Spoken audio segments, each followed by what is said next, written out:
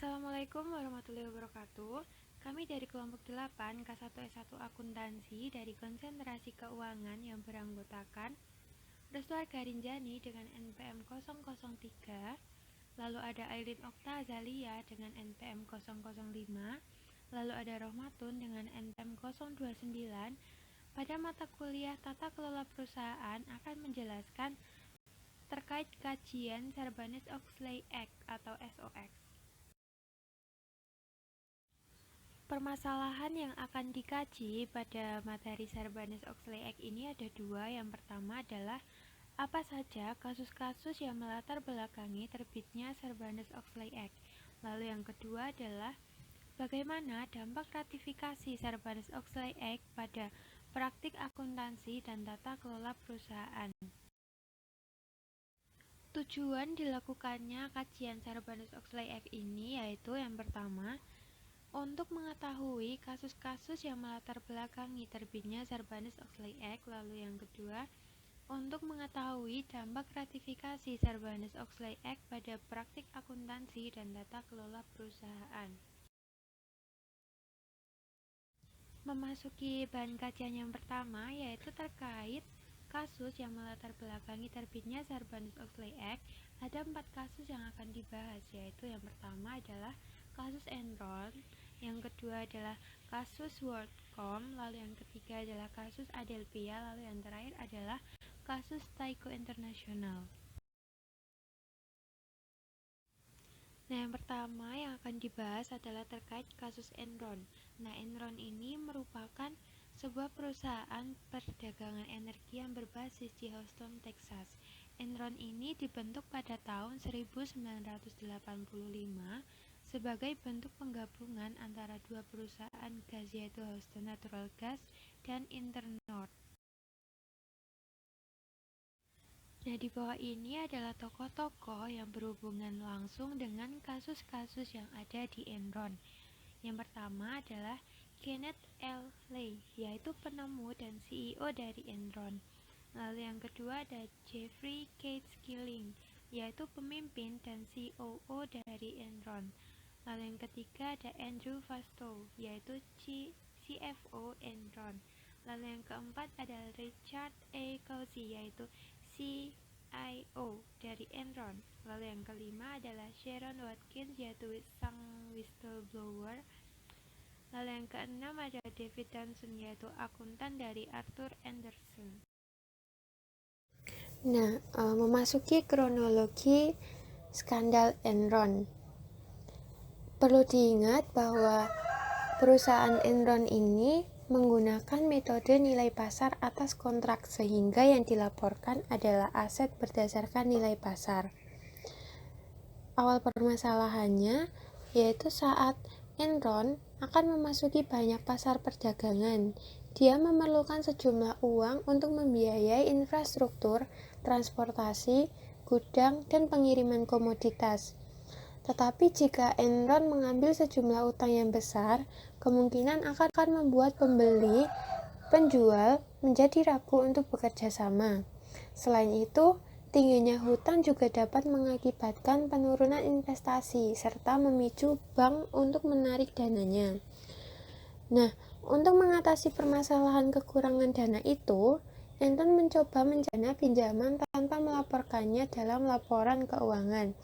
Akhirnya, Andrew Fastow membuat ide untuk menggunakan nilai kelebihan kontrak sebagai pendapatan.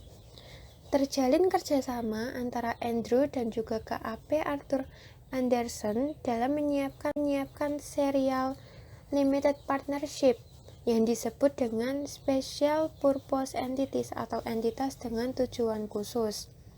Entitas ini kemudian mengajukan sejumlah besar hutang dengan saham Enron sebagai penjaminnya. Uang yang dipinjam ini akan diakui sebagai pembelian nilai lebih kontrak dan dicatat sebagai uang pendapatan penjualan meski sebenarnya adalah hutang. Nah, karena tidak dilaporkan, pemegang saham ini percaya bahwa Enron tidak mengalami lonjakan hutang. Para pemegang saham juga percaya bahwa Enron ini menghasilkan lagi yang baik serta mengalami peningkatan setiap tahunnya.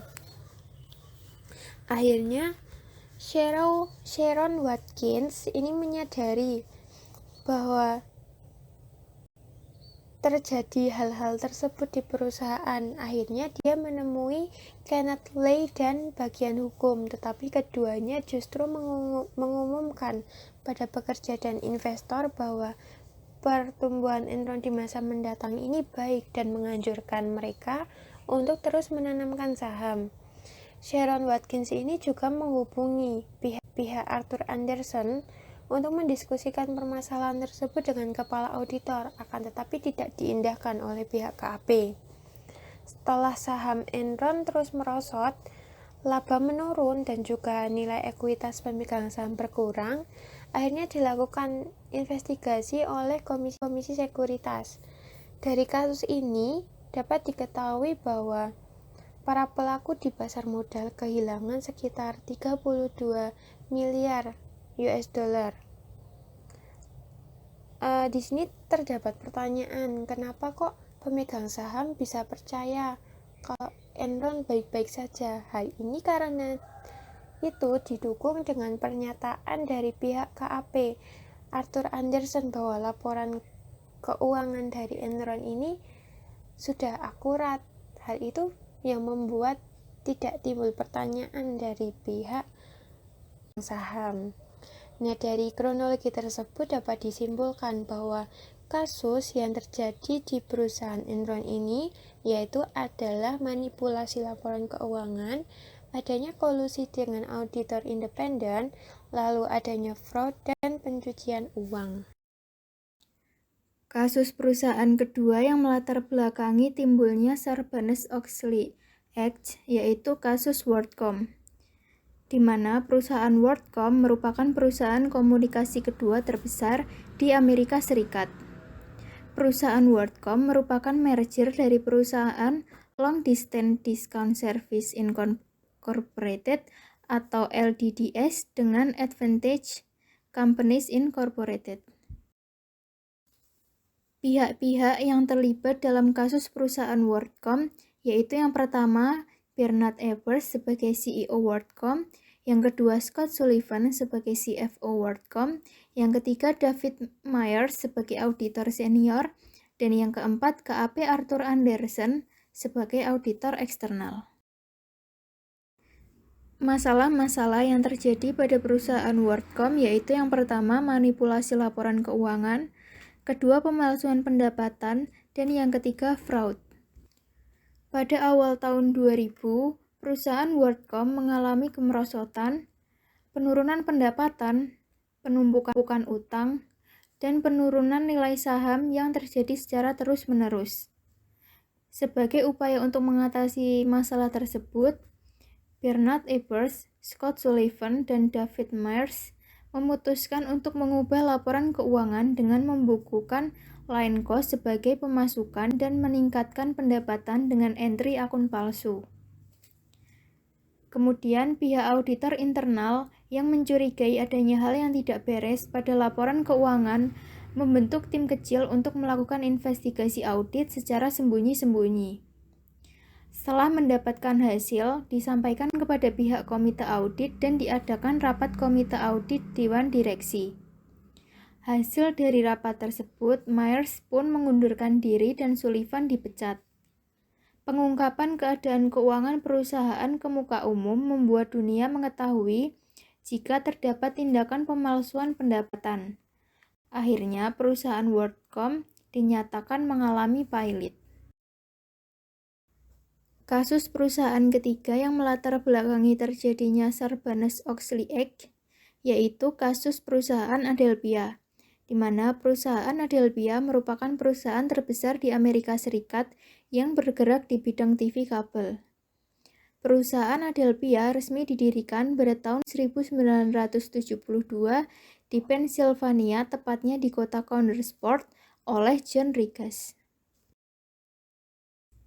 Pihak-pihak yang terlibat dalam kasus perusahaan Adelphia yaitu yang pertama, John Rigas sebagai pendiri dan CEO Adelphia, yang kedua Michael sebagai pihak keluarga pendiri, yang ketiga Timothy sebagai pihak keluarga pendiri, yang keempat James sebagai pihak keluarga pendiri, yang kelima Deloitte sebagai auditor eksternal, yang keenam George M. Dearlove sebagai auditor eksternal, yang ketujuh William Caswell sebagai auditor eksternal, dan yang kedelapan Ivan Hoffman sebagai auditor eksternal. Masalah yang terjadi pada perusahaan Adelphia yaitu yang pertama, tindakan tidak wajar, yang kedua, manipulasi opini auditor, yang ketiga, pengambilan aset untuk kepentingan pribadi, yang keempat, penyembunyian hutang, yang kelima, pembohongan stakeholders, dan yang keenam, kasus pencatatan beban pengeluaran. Perusahaan Adelphia awalnya merupakan salah satu perusahaan kecil yang memproduksi kabel, kemudian dibeli oleh John Rigas seharga $300. Perusahaan Adelphia menggunakan jasa audit eksternal yaitu jasa dari Deloitte dan timnya yaitu Gregory M. Dearlove, Caswell, Ivan Hoffman, serta beberapa staf akuntan dan perpajakan lainnya mulai tahun 1980 sampai dengan tahun 2002. Kasus pada perusahaan Adelphia bermula ketika pihak Deloitte menemukan dari rekam jejak perusahaan Adelphia telah melakukan tindakan-tindakan yang tidak wajar. Dalam kasus ini, auditor Dearlove dan Caswell dinilai tidak tepat, sebab melakukan pemberian opini tidak memenuhi syarat pada laporan keuangan perusahaan Adelphia di akhir periode tahun 2000. Terdapat keterlibatan anggota keluarga pendiri yaitu Michael, Timothy, dan James beserta dua pimpinan eksekutif lainnya. Mereka ditangkap sebab melakukan pengambilan aset perusahaan secara sengaja untuk kepentingan pribadi, di mana terdapat bukti yang menyebutkan bahwa telah dilakukan penyembunyian hutang miliaran dolar Amerika yang dilakukan dengan pemalsuan laporan keuangan perusahaan Adelphia dan melakukan pembohongan terhadap para investor secara terang-terangan mengenai hal tersebut. Tidak hanya itu, mereka juga melakukan penolakan untuk mencatat beban-beban pengeluaran yang ditujukan untuk pencatatan publik. Kasus tersebut berakibat pada jatuhnya harga saham dan menyebabkan para pemegang saham mengalami kerugian yang sangat besar, di mana harga jual beli saham mencapai $30 pada Januari tahun 2002 dan jatuh menjadi $0,30 pada Juni tahun 2002. Setelah terungkapnya kasus tersebut, kemudian perusahaan Adelphia dikeluarkan dari list saham yang diperjualbelikan di bursanya. Total hutang pinjaman pada tahun 1996 sampai dengan tahun 2000 adalah sebesar $3,78 miliar, mana pada akhir tahun 2000 hutang dari perusahaan anak sebesar $2,1 miliar. Kemudian ditambah dengan pengambilan pribadi dari keluarga Rigas sebesar $1,68 miliar. Setelah terbukti melakukan kecurangan dan nama perusahaan sudah sangat tercoreng, para direktur independen dan kreditur tidak dapat mengembalikan perusahaan seperti sedia kala, walau sudah dilakukan berbagai cara untuk mengambil alih kontrol perusahaan seperti menjual aset dan mencoba untuk memperbaiki hutang perusahaan. Kasus perusahaan selanjutnya yang melatar belakangi terjadinya Sarbanes-Oxley Act, yaitu kasus perusahaan Tyco International. Perusahaan Tyco merupakan sebuah perusahaan yang beroperasi di bidang sistem keamanan dan didirikan oleh Arthur J. Rosenberg pada tahun 1960 di Irlandia. Solusi keamanan dan juga perlindungan kebakaran merupakan dua segmen bisnis utama yang dilakukan oleh perusahaan Tyco. Kasus Tyco International diawali ketika pada permulaan tahun 2001, Dennis Kozlowski sebagai mantan CEO, Mark Schwartz sebagai mantan CFO, dan Mark Belnick sebagai mantan jenderal diduga melakukan pengambilan pinjaman bebas bunga atau bunga tingkat rendah atau yang disamarkan menjadi bonus yang tidak pernah diperkenankan oleh Dewan Direksi. Penggelapan dana yang dilakukan oleh Dennis Kozlowski, Mark Schwartz, dan Mark Belnick adalah sebesar $600 juta yang didapat melalui penggelapan dana dengan pinjaman bebas bunga, pengelabuan bonus yang tidak disetujui oleh Dewan Direksi, dan dengan melakukan banyak pengeluaran yang tidak seharusnya dilakukan. Dari hasil penyelidikan internal yang dilakukan oleh Pusat Informasi Penipuan atau Fraud Information Center Taiko, menemukan bukti bahwa terdapat kesalahan akuntansi, akan tetapi tidak ditemukan adanya kecurangan sistematis dalam masalah perusahaan Taiko. Keputusan akhir yang kemudian dijatuhkan untuk Denis Kozlowski dan Mark Schwartz adalah penjara selama kurang lebih 8-25 tahun pada tahun 2005 dengan tuduhan melakukan penggelapan dana, penyalahgunaan program pada pinjaman karyawan, dan melakukan pembiasan pada posisi keuangan perusahaan kepada investor guna melakukan peningkatan pada harga saham. Dan Mark Benlick dijatuhi hukuman membayar denda sebesar $100.000 sebab kontribusi yang dilakukan pada kasus tersebut tidak sebesar dan seberat yang dilakukan oleh Denis Kozlowski dan Mark Schwartz. Pembahasan selanjutnya yaitu mengenai dampak ratifikasi Sarbanes-Oxley Act. Yang pertama yaitu dampak pada praktik akuntansi. Sarbanes-Oxley Act mampu memberikan pengaruh terhadap suatu perusahaan dalam menjalankan praktik akuntansinya. Beberapa dampak utama dari adanya SOA pada praktik akuntansi adalah untuk memperkuat praktik akuntansi perusahaan dengan memperkuat transparansi dan akuntabilitas keuangan, meningkatkan kontrol internal, serta memperkuat peran auditor eksternal. Akan tetapi, Sarbanes-Oxley Act juga memerlukan biaya serta waktu yang lebih tinggi untuk memenuhi persyaratan Sarbanes-Oxley Act, sehingga akan mempengaruhi biaya operasional dari suatu perusahaan. Yang kedua yaitu dampak pada tata kelola perusahaan. Sarbanes-Oxley Act mampu memberikan pengaruh dalam menjalankan tata kelola perusahaan, di mana SOA menjadi basis dalam mengatasi kecurangan laporan keuangan perusahaan melalui tata kelola keuangan yang baik atau penerapan Good Corporate Governance. Berdasarkan SOA, untuk membuat tata kelola perusahaan yang baik, perusahaan dapat menjalankan Seksi 404 yang memberikan syarat bahwa manajemen perusahaan mampu bertanggung jawab terhadap pengendalian internal kepada pelaporan keuangan yang memadai, supaya mampu menjamin keandalan pelaporan keuangan. Pengadopsian Sarbanes-Oxley Act mengenai beberapa aturan seperti pelaksanaan efektivitas, prosedur dan pengendalian internal dalam rangka pelaporan keuangan dan kewajiban membentuk komite audit mampu memberikan pengaruh bagi keefektifan tata kelola perusahaan dan mengurangi risiko timbulnya fraud dalam perusahaan.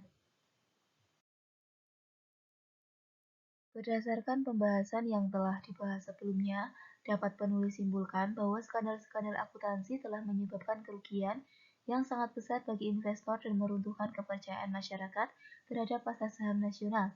Dengan diterbitkannya Sarbanes-Oxley Act ini, diharapkan dapat meningkatkan standar akuntabilitas perusahaan, transparansi dalam laporan keuangan, meminimalisir kemungkinan adanya fraud, serta membuat perhatian yang lebih tinggi terhadap tata kelola perusahaan.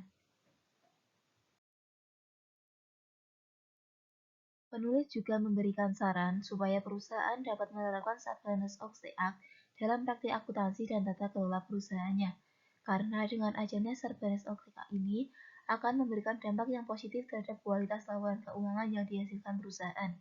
Namun sebelum menerapkan Sarbanes-Oxley Act, maka perusahaan perlu menganalisis kelemahan atau kekurangan dari Sarbanes-Oxley Act dan membandingkannya dengan undang-undang sejenis yang ada di negara lain.